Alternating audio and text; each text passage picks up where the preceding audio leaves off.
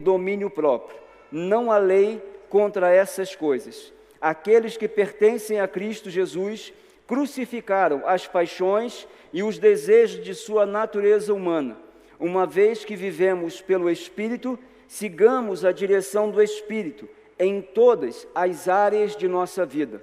Não nos tornemos orgulhosos, provocando e invejando então uns aos outros. Ao longo desse mês, o pastor Fernando iniciou a trajetória falando sobre a questão do segredo da felicidade, tratando sobre ela como o jeito em que se vive. O pastor Marcos Davi, na sequência, falou que o segredo da felicidade é fazer diferença. E hoje à noite eu quero propor para conversar com você um pouco acerca disso, nesse tema que você vê. O segredo da felicidade é ter autocontrole. Você pode repetir comigo? O segredo da felicidade é ter autocontrole. Por isso, eu queria que você abrisse sua Bíblia e a deixasse aberta. Em Mateus, capítulo 5, nós leremos daqui a pouco os versículos 21 a 26, mas quero orar antes com você mais uma vez. Paizinho querido, Deus de amor, Deus de infinita misericórdia, os nossos corações se prostram diante da sua presença nessa noite. Os nossos corações se encurvam diante da sua bondade. E nós entendemos aquilo que a sua palavra deixa claramente para nós exposto. A fé vem pelo ouvir e ouvir a palavra de Deus. No Evangelho de João, capítulo 17, no versículo 17, a palavra do Senhor vai trazer a expressão sobre a importância dela como verdade plena, total e absoluta. Por isso, nessa noite, o nosso coração é levado prontamente cativo à sua presença, assim como a nossa mente, para que os nossos pensamentos não fiquem dispersos, nem as emoções do nosso coração, porque no final dessa celebração, certamente nós precisaremos fazer escolhas, precisaremos tomar decisões, e não podemos nos permitir ser guiados apenas pelo emocionalismo, mas precisamos ter uma coerência nas nossas decisões. Por isso, Pai, nos abençoa. Fala nessa noite ao nosso coração, porque nós desejamos ouvir a sua voz. E nós oramos assim, agradecidos em nome e por amor a Jesus Cristo. E se você concorda, você diz amém. Mateus capítulo 5, versículos 21 ao 26 diz assim: Vocês ouviram o que foi dito a seus antepassados: não mate. Se cometer homicídio, estará sujeito a julgamento. Eu, porém, lhes digo que basta irar-se contra alguém para estar sujeito a julgamento. Quem xingar alguém de estúpido corre o risco de ser levado ao tribunal. Quem chamar alguém de louco corre o risco de ir para o inferno de fogo. Portanto, se você estiver apresentando uma oferta no altar do templo e se lembrar de que alguém tem algo contra você, deixe sua oferta ali no altar. Vá, reconcilie-se com a pessoa e então volte e apresente sua oferta. Quando você e seu adversário estiverem a caminho do tribunal, acertem logo suas diferenças. Do contrário, pode ser que o acusador o entregue ao juiz e o juiz a um oficial e você seja lançado na prisão. Eu lhe digo a verdade, você não será solto enquanto não tiver pago até o último centavo. Existe, queridos, uma pergunta que não quer calar e eu desejo nessa noite partilhá-la com você para que você comece a entender aonde nós queremos chegar. E a pergunta é assim: como compreender melhor os caminhos que levam à busca da felicidade? Como compreender melhor os caminhos que levam à busca da felicidade? Essa foi uma pergunta feita quando no final da década de 90, a psicologia positiva então foi inaugurada. Ela tentava responder ao anseio humano por um objeto que o fizesse feliz.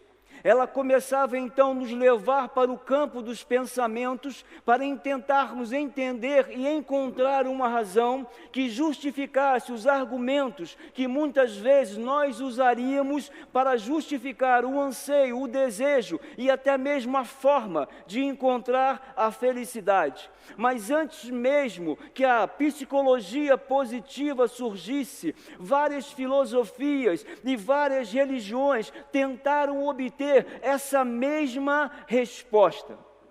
Esse é um tema de difícil definição.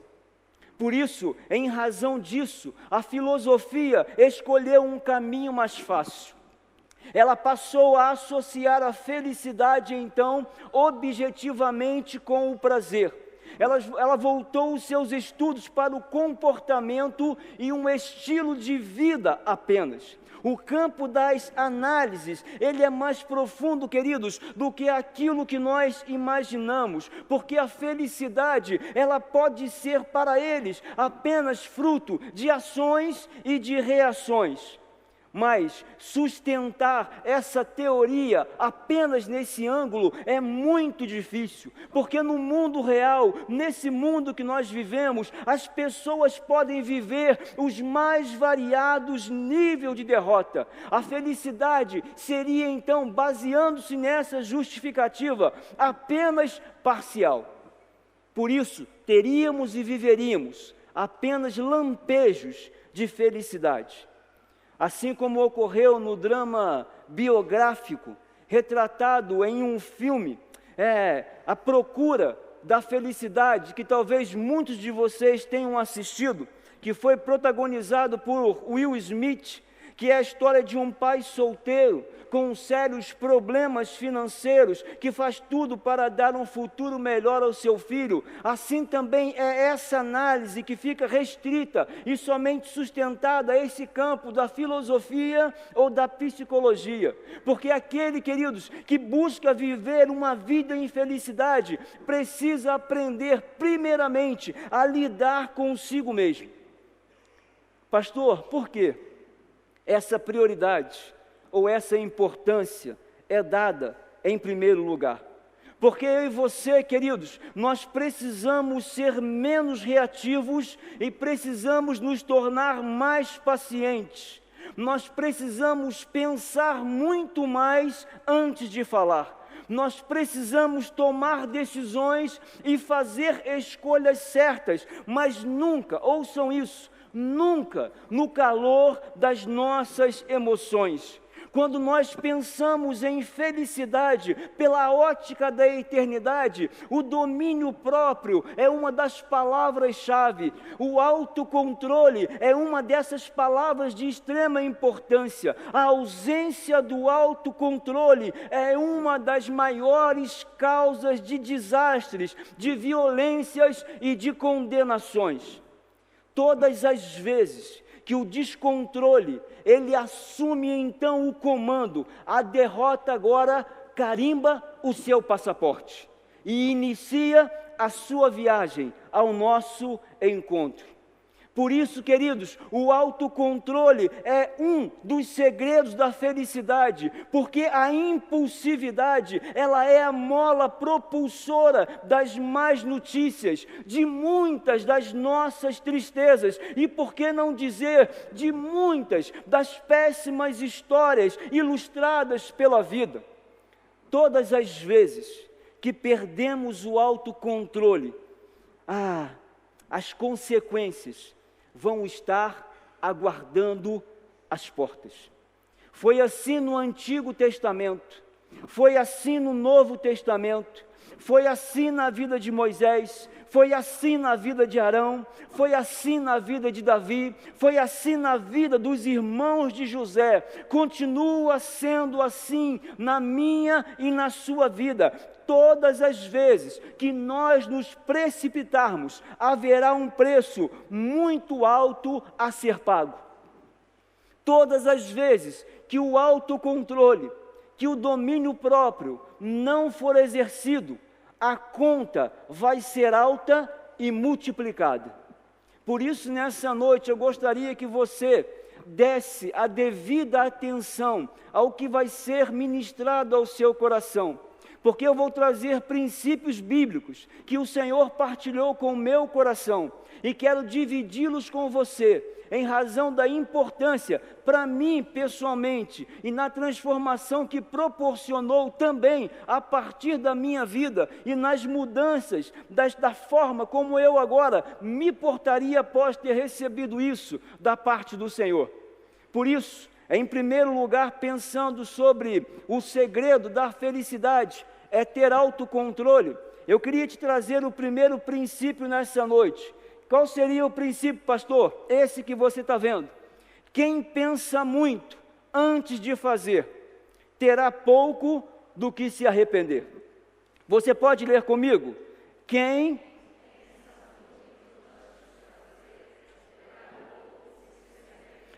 pensa muito, avalia muito, considera muito antes de fazer, vai ter pouco do que se arrepender.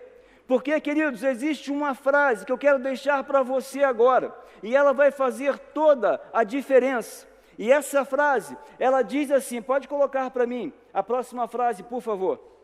Ela diz assim: agir por impulso é como ter uma porta que só abre para o lado de fora. Enquanto permanecemos do lado de dentro, nós estamos seguros. Depois que nós sairmos, nós não conseguiremos mais voltar. Por isso, queridos, é importante que você saiba disso. A ausência do autocontrole é uma das maiores responsáveis pelos maus resultados obtidos por nós. Nós conhecemos somados casos onde pessoas movidas completamente pelo descontrole, elas foram levadas a atitudes das quais viriam a se arrepender amargamente e que as tornariam muito infelizes. Mencionei isso enquanto discorria hoje pela manhã. Conheço a história de um querido. Ele tinha um filho de 15 anos à época. Eles chegavam junto no horário de almoço ou para almoçar. O filho vindo da escola, ele vindo do trabalho, e almoçava em casa todos os dias com a família. Todos se reuniam. Naquele dia, surpreendentemente, o pai está chegando, encontra o filho no portão da casa, e o filho está pálido, empalidecido, e o pai pergunta: o que aconteceu? Acabei de ser assaltado. E o pai diz: como assim? Ele falou: 2 homens de moto acabaram de me assaltar e levaram minha mochila e todos os objetos. O pai diz: entra no carro. Ele entra no carro. E o pai começa agora a acompanhar os 2 homens com a moto. Primeiro semáforo que ele chega, porventura ele encontra os 2 homens parados com a moto no semáforo. Ele vai tomar o seu carro e vai lançar o seu carro sobre a moto com os 2 homens. Assim que eles caem no chão, o garupa vai se levantar, sacar uma arma e fazer um único disparo, que vai acertar o peito do menino e matá-lo. Com 15 anos de idade, o filho foi perdido pela ausência de um autocontrole. Queridos, foi a ausência de autocontrole, a ausência de domínio próprio, que levou Adão e Eva à desobediência. Foi a sua ausência, ou foi a ausência dele, que deixou registrado na história bíblica o primeiro homicídio, quando Caim mata Abel, que é seu irmão. Foi esse mesmo ímpeto que motivou a construção da Torre de Babel, porque os homens não se contiveram, eles queriam alcançar o céu. Foi a ausência de autocontrole que fez com que Pedro cortasse a orelha de Malco. Foi essa mesma ausência de autocontrole o motivo da repreensão aos discípulos Tiago e João, quando Jesus pede uma acolhida em uma das igrejas de Samaria, e o povo diz: não, nós não o queremos aqui, porque ele está indo para Jerusalém. Tiago e João se manifestam rapidamente e dizem: Senhor, o Senhor quer que nós clamemos que desça fogo do céu e consuma todos eles? Jesus falou: não é esse, ou não é essa a minha maneira de ser e de pensar. Foi a ausência de autocontrole que não permitiu nem Moisés e nem Arão entrarem na terra prometida. Foi essa mesma ausência que impulsionou Sansão atestar as advertências divinas. O Senhor disse para ele que ele não poderia fazer 3 coisas, e ele fez cada uma delas. Ele testou cada uma delas, por falta de controle. O descontrole, queridos, ouçam, ele promove a categoria de furacão. Uma simples brisa, ele pode tornar um inimigo mortal, algo que sob o controle, dominado por um raciocínio lógico, poderia ser resolvido apenas com uma conversa, muitas vezes pode terminar em agressão e perdas irreparáveis. A ausência de autocontrole, ela pode gerar xingamentos e ela pode gerar brigas no trânsito. Por causa da disputa por uma vaga no estacionamento, quando não se tem autocontrole, as pessoas se tornam irracionais. A ausência de controle pode transformar um dia em família em violência doméstica. A perda de controle pode levar as pessoas a cometer as maiores atrocidades. Por isso, é importante entender que o segredo da felicidade está em ter autocontrole. Porque o autocontrole, ele vai buscar encontrar em nós um associado e não um adversário. Ele quer um opositor ao ímpeto dos desejos do nosso coração e das nossas motivações. O autocontrole, ele é o fiel da balança, o moderador das nossas ações. Ele é capaz de equilibrar as nossas palavras, os nossos pensamentos, equilibrar as nossas emoções. O autocontrole é a submissão da nossa vontade. E agora, é o controle da nossa vida sendo entregue ao domínio do Espírito de Deus. Por isso, o domínio próprio é um fruto do Espírito, e somente conseguiremos nos controlar quando deixarmos de resistir a Ele. Quando o autocontrole se tornar um controle do alto, quando agora nós colocarmos as nossas vontades nas mãos de Deus e nos permitirmos ser dominados pelo Espírito de Deus, porque Ele será o regulador das nossas ações. Nós só conseguiremos nos controlar quando tivermos domínio próprio, e domínio próprio é fruto do Espírito, e fruto do Espírito só recebendo Jesus como Senhor e Salvador. Por isso é um conjunto de coisas que são necessárias. Quando eu chego a Provérbios 16:32, ele vai dizer assim: é melhor ter autocontrole do que conquistar uma cidade. Provérbios 25, no verso 28 diz: quem não tem domínio próprio é como uma cidade sem muros, está completamente desprotegido. Quando eu chego ao texto de 1 Coríntios, capítulo 6, versículos 12 e 13, Paulo vai dizer assim: todas as coisas me são permitidas, mas nem todas me convêm. Todas as coisas me são permitidas, mas eu voluntariamente não me permitirei ser dominado por nenhuma delas. Autocontrole. Por isso é necessário. Quer ser feliz? Tenha autocontrole. Não haja precipitadamente. Pense antes de fazer, antes de realizar, antes de escolher. Pastor, qual seria o segundo argumento que o senhor usaria nessa noite? Quem encontraria o desejo do seu coração encontra a razão certa para a adoração. Quem encontraria o desejo do seu coração encontra a razão certa para a adoração. E eu tenho uma frase de Charles Swindoll para você, e queria compartilhá-la com você. Charles Swindoll diz assim: quando a graça de Cristo estiver plenamente desperta em nossa vida, descobriremos que não estamos fazendo algo devido ao medo ou vergonha por causa da culpa, mas agindo por causa do amor. E queria agora que você pudesse repeti-la, para que isso pudesse ficar claro na sua mente. Eu vou começar e você continua. Quando a graça de Cristo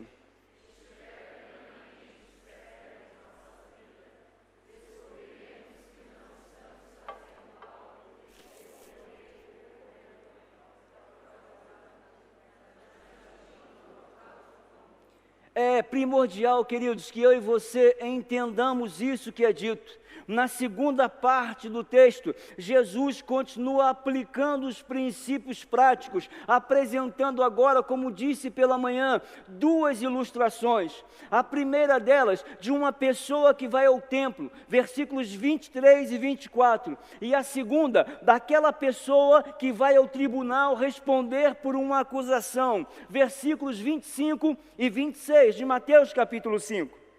O comportamento, no entanto, de ambos agora vai ser exposto. As figuras são extraídas, uma da igreja e outra do tribunal. Uma diz respeito a um irmão e a outra a um inimigo. Mas nos dois casos aqui apresentados, a situação e a lição são as mesmas. Alguém tem um ressentimento contra nós e há a necessidade de uma ação que deve ser então urgente. Queridos, entre os nossos maiores desafios na vida cristã está a vitória sobre o nosso próprio coração. Nós precisamos colocá-lo diariamente em rota de colisão com a graça de Deus, e isso se torna uma necessidade. Provérbios 4, 23 vai dizer: acima de todas as coisas que se deve guardar, guarda o seu coração, pois ele, escutem, pois ele dirige o rumo da sua vida.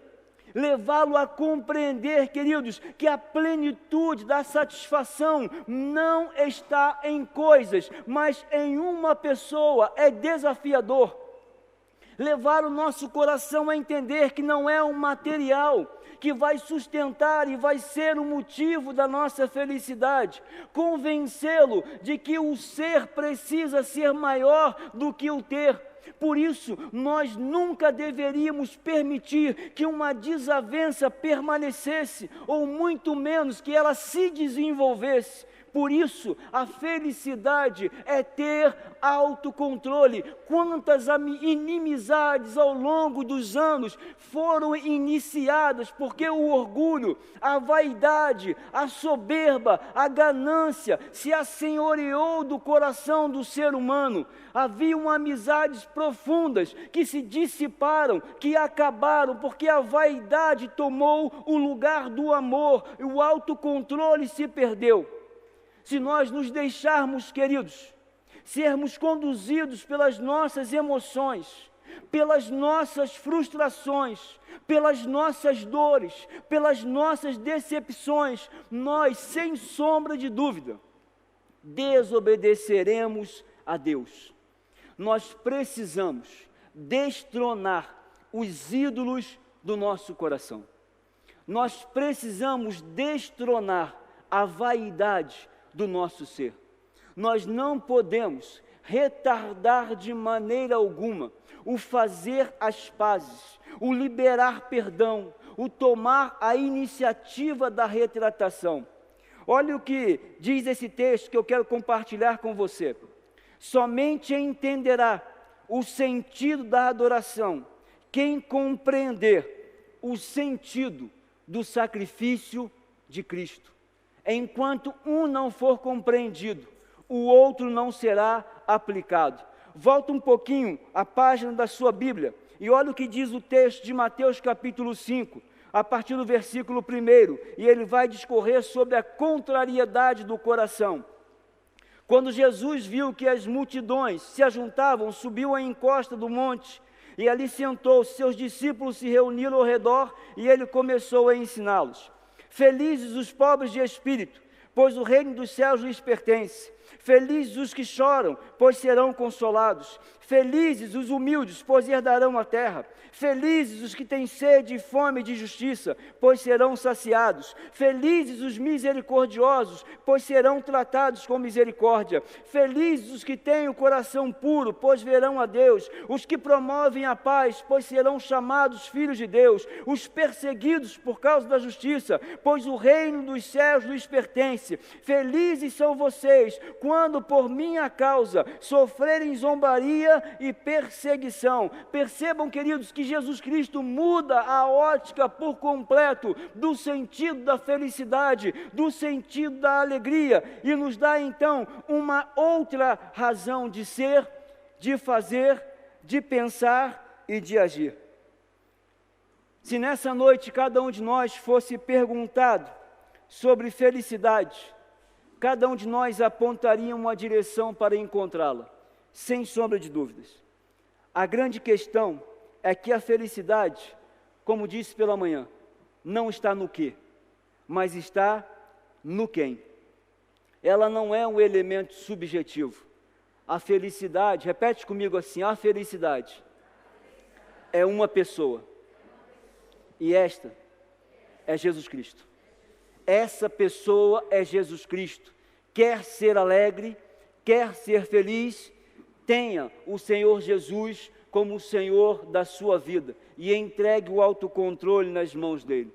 Por último, a última lição: quem busca liberdade na conciliação se livra da pena imposta pela acusação. Quem busca liberdade na conciliação se livra da pena imposta pela acusação, justificado isso nos versículos 25 e 26. Jim Elliot diz assim na frase que eu proponho para você nessa noite também: aqueles que conhecem o grande e eterno coração de Jeová certamente serão levados a negar seus próprios amores para participar da expressão do seu amor. Se existe, queridos, um elemento capaz de roubar a nossa felicidade, diz assim comigo: esse é a ira. Todas as vezes que houver uma contenda ou uma busca por ter razão, ou se ela for maior do que a capacidade de gerar perdão, nos tornaremos reféns de algo ou de alguém.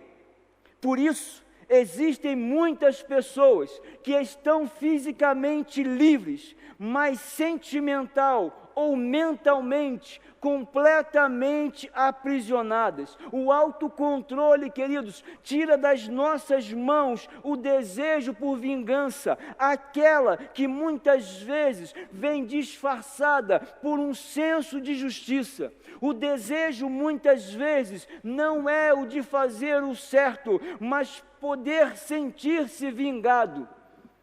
Jeremias capítulo 17 vai dizer que o nosso coração só tem 3 características: ele é mau, ele é enganoso e ele é excessivamente corrupto.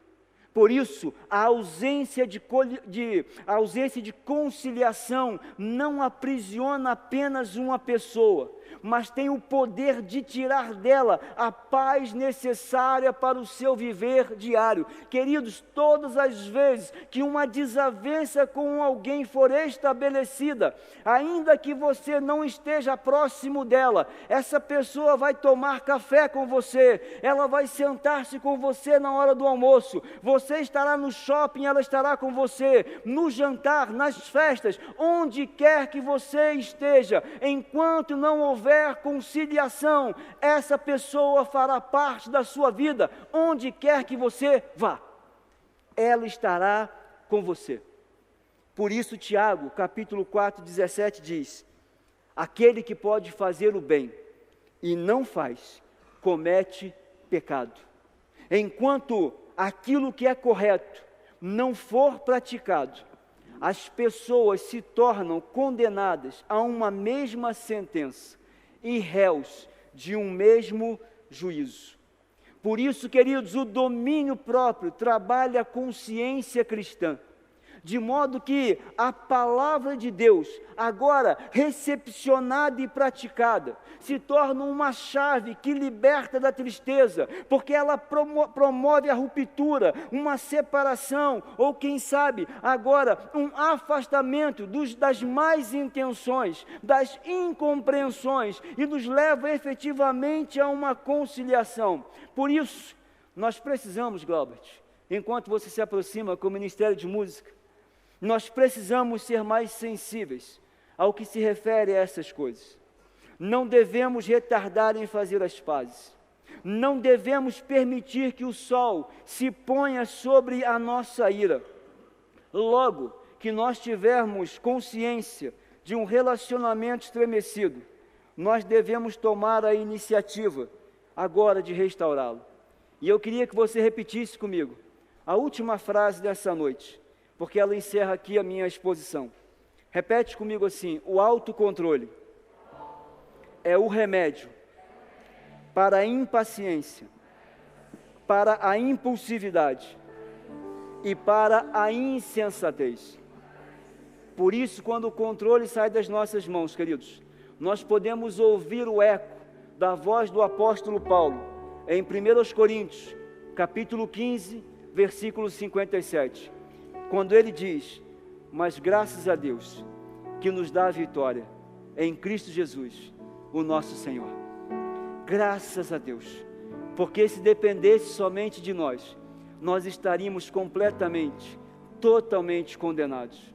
Mas graças a Deus, e pela presença do Espírito de Deus, podemos ser tratados e recomeçar sempre, diariamente, e sempre que nos voltarmos para o Senhor.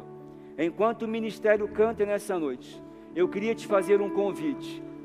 Eu queria muito orar com você nessa noite. Eu queria ter o privilégio de orar com você. Talvez essa semana tenha sido difícil para você. Talvez esse ano tenha começado difícil para você. Talvez algumas retratações sejam necessárias. Talvez algumas conciliações estejam sendo exigidas de você.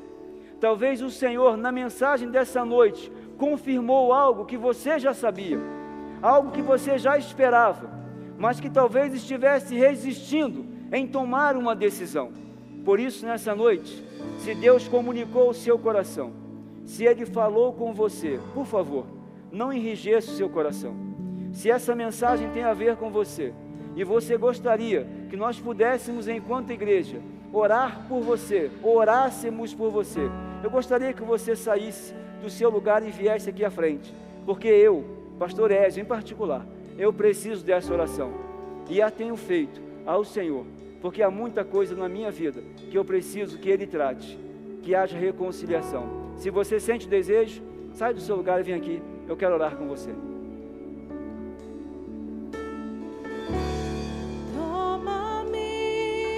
Rendido estou. Rendido estou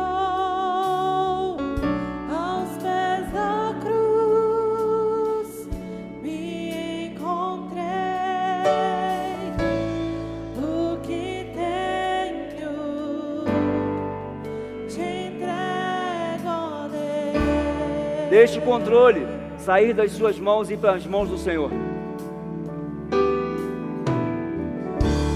Vem limpar as minhas mãos,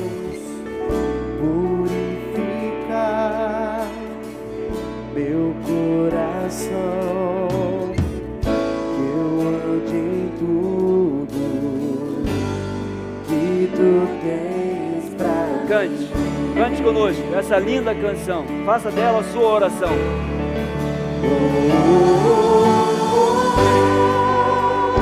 Eis-me aqui, rendido. Rendido estou. Aleluia.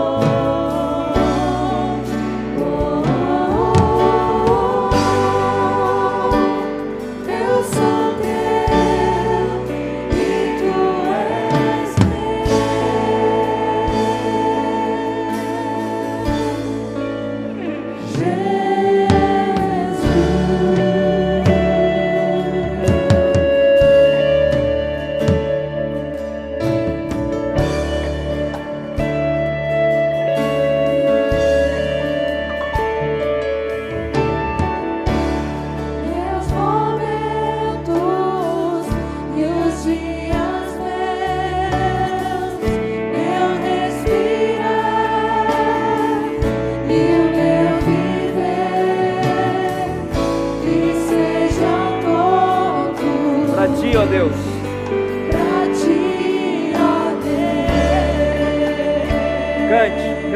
Celebre o Senhor, celebre o Senhor. Eis-me aqui, rendido estou. Eu sou teu e tu és Eis-me aqui, rendido estou. Eu sou teu e tu és